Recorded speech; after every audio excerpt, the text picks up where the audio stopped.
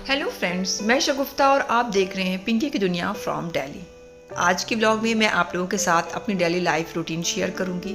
इसके अलावा लंच में मैंने क्या बनाया उसकी रेसिपी भी आप लोगों के साथ शेयर करूंगी, जो कि बहुत ही मज़ेदार बन के तैयार हुई थी। साथ ही हम लोग कहीं बाहर भी गए थे। कहाँ गए थे, क्यों गए थे, क्या ख़रीदने के लिए गए थे, क्या ख़रीदा, क्या ख़रीदना चाहते थे और क्या ख़रीद नहीं पाए, ये सब आप लोग के साथ शेयर करूँगी। साथ ही हम लोगों ने क्या खाया, अपनी पसंद का सब ने क्या क्या खाया वो सब भी शेयर करूँगी। इसके अलावा कुछ अमेज़ॉन शॉपिंग जो अभी रिसेंटली किया है, कुछ पहले से करके रखी थी, वो सब आप लोगों के साथ डिटेल्स में शॉपिंग भी डिस्कस करूँगी। तो व्लॉग की शुरुआत मैं करीब 9 बजे से कर रही थी, जब मेरे हस्बैंड ऑफिस के लिए जा रहे थे। सुबह की शुरुआत तो मेरी 5 बजे से ही हो जाती है। बच्चे स्कूल जा चुके थे, फिर हस्बैंड के लिए नाश्ता बनाया, टिफ़िन बनाया, फिर हस्बैंड चले गए थे। हस्बैंड के जाने के बाद फिर मैंने कैमरा उठाया, उसके बाद फिर मैं लग गई अपने व्लॉग की शूटिंग में। सबसे पहले हमेशा की तरह मैं डस्टिंग के काम में लग जाती हूँ। ये काम आज से नहीं, करीब 20 साल से मैं कर रही हूँ और करती ही चली जा रही हूँ और आगे भी करती ही रहूँगी शायद, क्योंकि कई बार मैंने कोशिश किया कि मेड को लगा लेती हूँ डस्टिंग के काम के लिए, लेकिन ख़ुद को ही तसफ़्फ़ी नहीं होती थी। फिर आखिर में ख़ुद ही कपड़ा उठा करके लग जाती हूँ पोंछने के लिए। अब मैं ऐसी ही हूँ, ऐसी हूँ तो हूँ, मैं क्या कर सकती हूँ।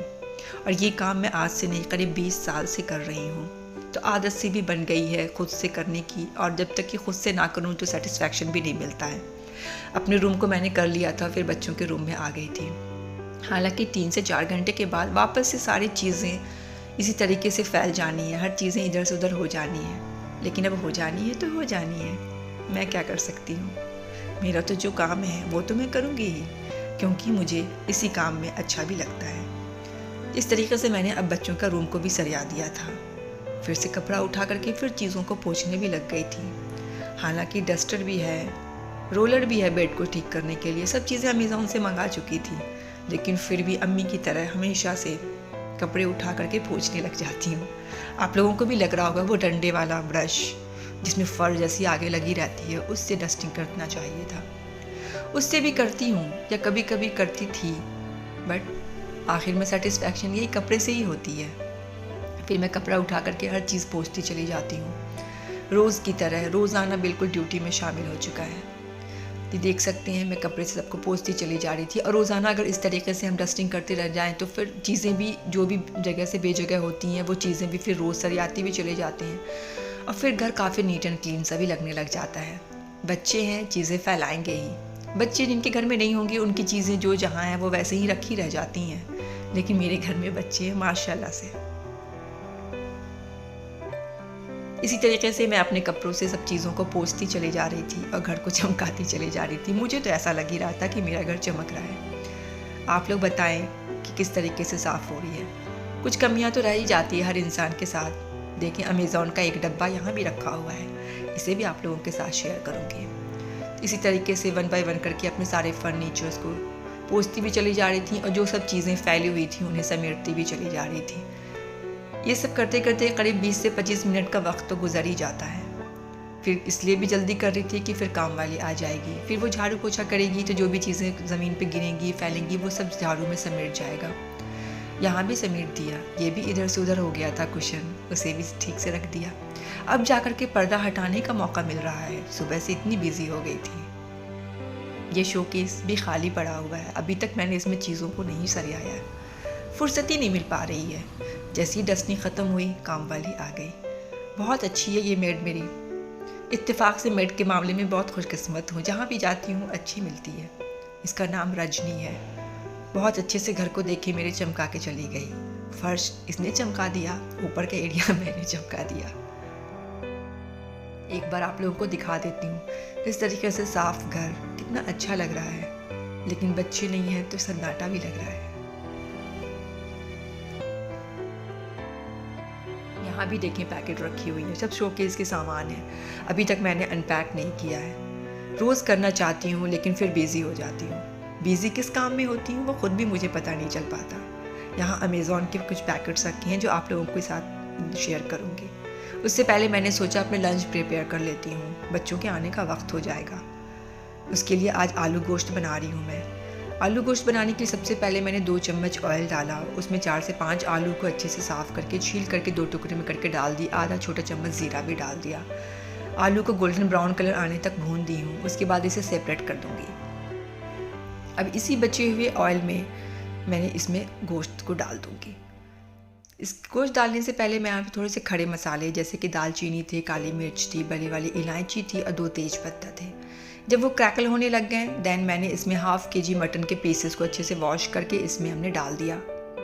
इसके अलावा अब इसमें 2 चम्मच भर करके मैं अदरक लहसुन का पेस्ट डाल दी थी।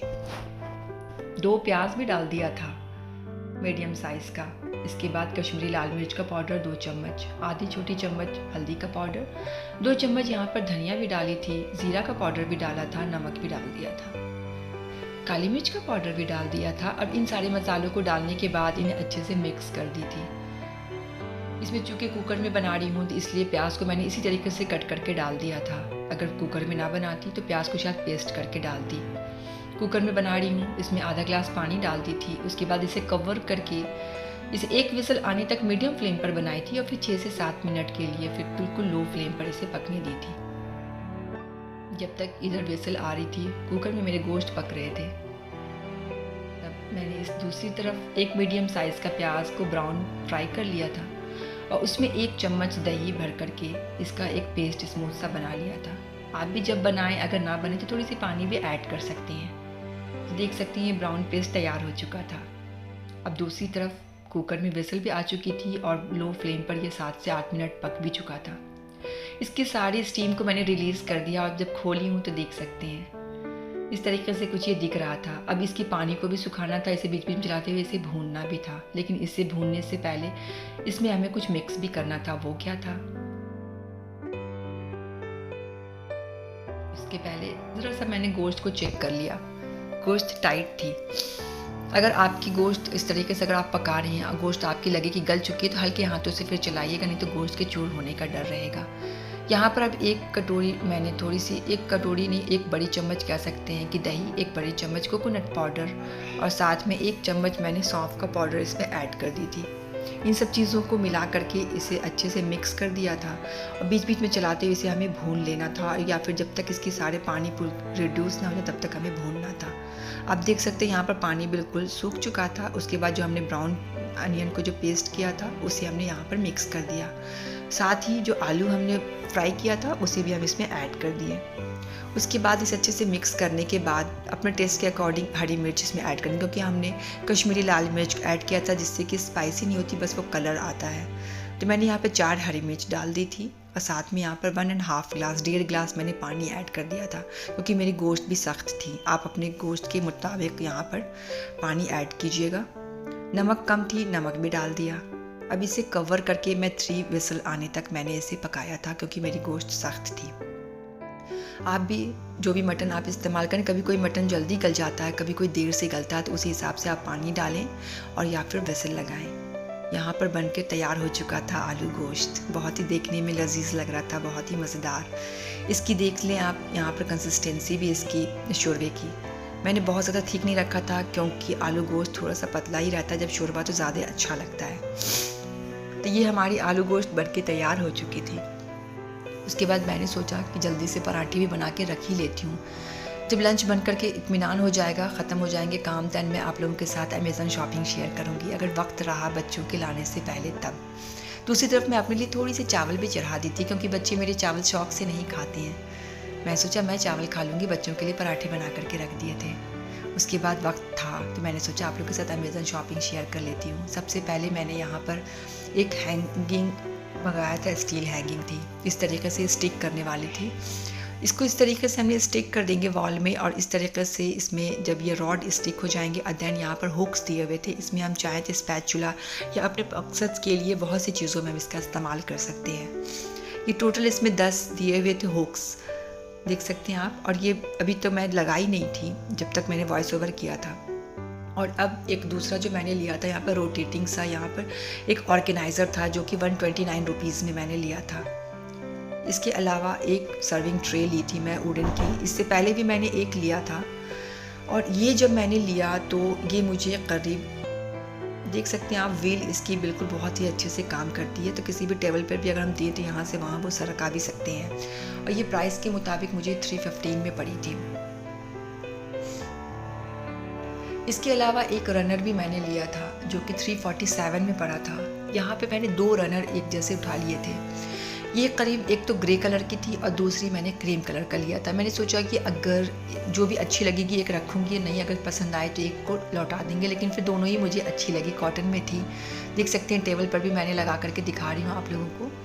तो टेबल की साइज़ मेरी बड़ी है तो इसमें बिल्कुल परफेक्टली ये साइज़ हो गया है। चाहे तो इसे हम डाइनिंग टेबल पर भी इस्तेमाल कर सकते हैं, या फिर आपके पास अगर कोई ऑर्गेनाइजिंग जो होती हैं रैक्स वगैरह, उसमें भी आप इसका इस्तेमाल कर सकते हैं।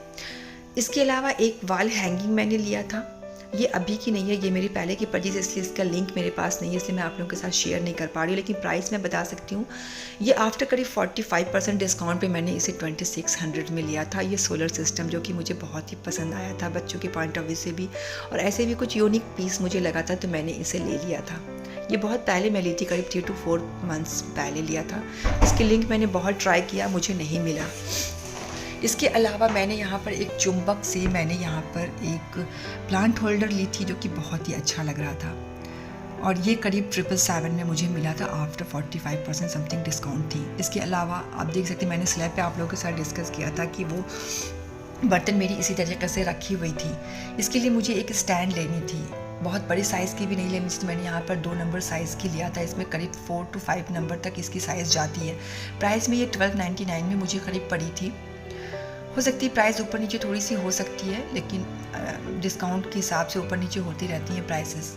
तो ये सब मेरी छोटी सी अमेज़ॉन शॉपिंग थी, आप देख सकते हैं, जो कि मुझे तो बहुत अच्छी लगी थी। आप लोगों को कैसी लगी ज़रूर कमेंट सेक्शन में बताइएगा। अच्छा, इसके अलावा एक और रग मैंने लिया था। जब मैंने वो 2 मैं ऑर्डर कर चुकी थी देन मुझे ये दिखा था, और इसकी प्राइस थोड़ी सी ज़्यादा थी, 899 की थी, बट ये मुझे वाइट एंड ग्रे कॉम्बिनेशन में था, तो मुझे लगा कि ये मेरे सोफ़े के साथ बहुत अच्छे से मैच करेगा। इसके टसल भी जो कलर है बिल्कुल मेरे सोफ़े के कलर से मैच कर रहा था, तो मैंने इसे भी ले लिया था, और बहुत ही सॉफ्ट और बहुत ही अच्छी क्वालिटी का निकला था। तो ये मेरी थी अमेज़ॉन शॉपिंग, आप देख सकते हैं। कुछ अभी की, कुछ थोड़ी पहले से करके रखी थी। इसके अलावा अब फिर मैं स्कूल से बच्चे आ गए थे, उसकी वीडियो मैं नहीं शूट कर पाई। उसके बाद फिर मैं खाना जल्दी दे रही थी, मैं अपने लिए यहाँ पर चावल निकाल रही थी। चावल और ये आलू गोश्त मैंने खुद के लिए निकाला था, बच्चों को पराठे के साथ दे दिया था। आप लोग इसे ज़रूर ट्राई कीजिएगा, आलू गोश्त चावल के साथ बहुत मज़े की लगी थी मुझे खाने में। खाना खाने के बाद फिर थोड़े से बच्चे रिलैक्स हो रहे थे। उसके बाद फिर शाम के हो गए थे करीब 4:30, और हम लोग अब जा रहे थे मॉल के लिए। नोएडा में DLF मॉल के लिए जा रही थी मैं। वहाँ बच्चों की थोड़ी सी विंटर शॉपिंग करनी थी, वो भी पर्पस था, और साथ में नुहा को साइकिल लेने का भी इरादा था। तो आप देख सकते हैं हम लोग मॉल पहुँच गए थे। हस्बैंड ने कहा था कि वो ऑफ़िस से ही हम लोगों को ज्वाइन कर लेंगे, शाम के वक्त में ऑफ़िस से जब निकलेंगे तो वहाँ से वो ज्वाइन कर लेंगे। तो हम लोग उसी के मुताबिक हम लोगों ने घर से यहाँ से निकले थे, तो करीब हम लोग वहाँ 5:30 तक पहुँचे थे। फिर थोड़ी देर के बाद हस्बैंड भी हमें ज्वाइन कर लिए थे।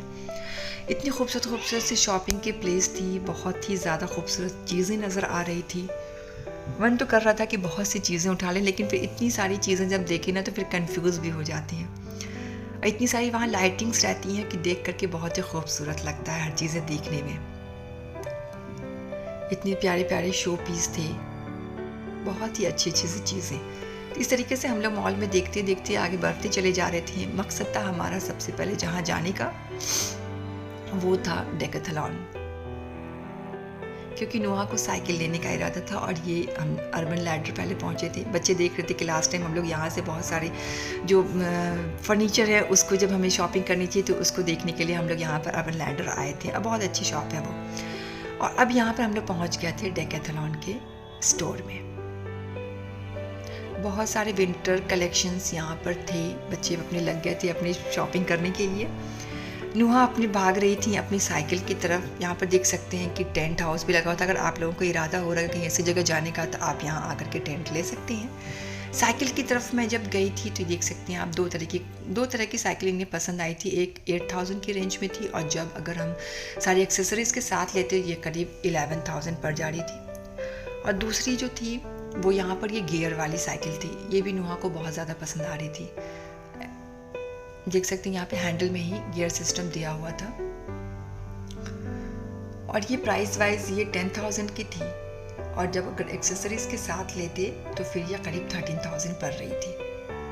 नुहा को गियर वाला लेने का मन था, बट इनके यहाँ अगर आप यहाँ से साइकिल लेते हैं तो सर्विसिंग कराने के लिए जब आप इनके यहाँ आएंगे तो इनकी सर्विसिंग चार्जेस बहुत ज़्यादा हाई थी।